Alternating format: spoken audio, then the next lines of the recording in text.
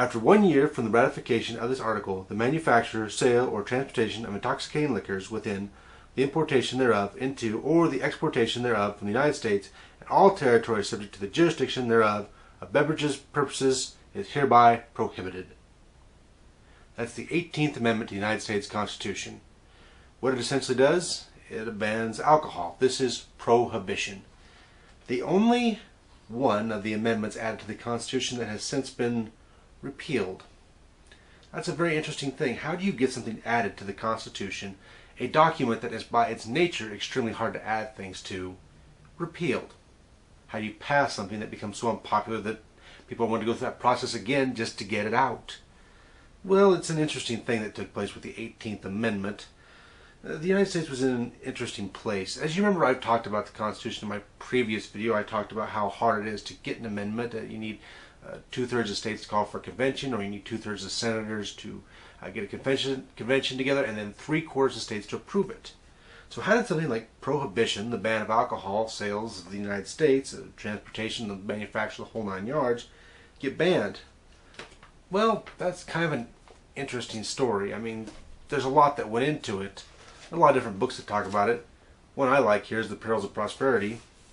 It points out that a lot of the rural people, the Midwesterners, the Southerners, they had decided they wanted to sort of impose their morality on the East Coast and the immigrants specifically, minorities too.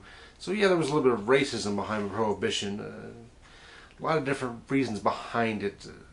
Coming out of progressivism, believe it or not. The progressivism that dominated the early 20th century.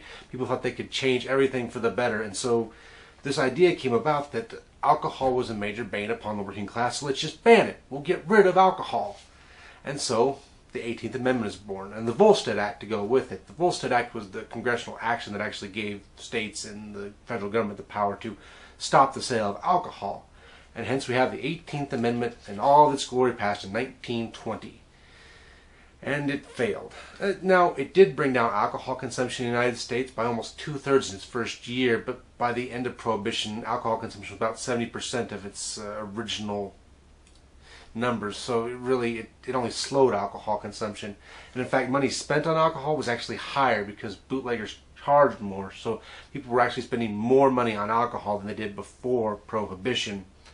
And one of the really bad things that came with Prohibition was the gangster culture. Now, gangsters had been around the United States before this, but they hadn't really been that powerful. Well, this gave them a nice illegal source of money because they were already criminals.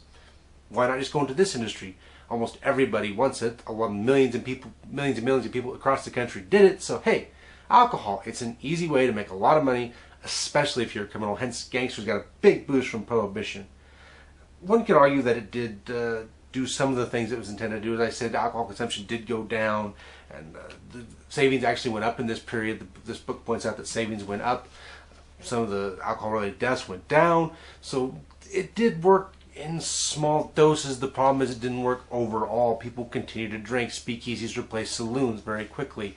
It didn't even take long. It was the day after that people began to involve themselves in the illegal sale and distribution of alcohol. And nobody really respected the Volstead Act or the 18th Amendment. It was just a drain on the government's resources as well, because they didn't have the law enforcement officials to enforce this law. So they needed huge boosts in funding that just wasn't there in the 1920s, and they weren't going to get it at any point, especially once the 1930s and the Depression rolled around. There was no way. Hence we get the Depression, hence we get a even greater loss of funds from the federal government and the state governments and the city governments. So what are they to do but repeal the law that is just killing the funds of the police forces? And hence we have another amendment to the Constitution, which I shouldn't have turned away from. We have the 21st Amendment. The 18th article of the Amendment to the Constitution of the United States is hereby repealed. Very simple and straightforward. It does allow that local laws and banning intoxicants will be prohibited at this point, that everything is being thrown out.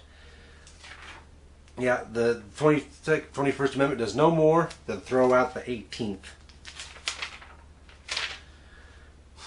So yeah, there it is, a failed constitutional amendment, and the only one up to this point. All the rest of them have stayed pretty well intact, naturally changed by court decisions, precedents, things like that, but just altered, not actually taken out of the Constitution, as this one was. So maybe it's a little cautionary tale for the United States. We should learn something from this.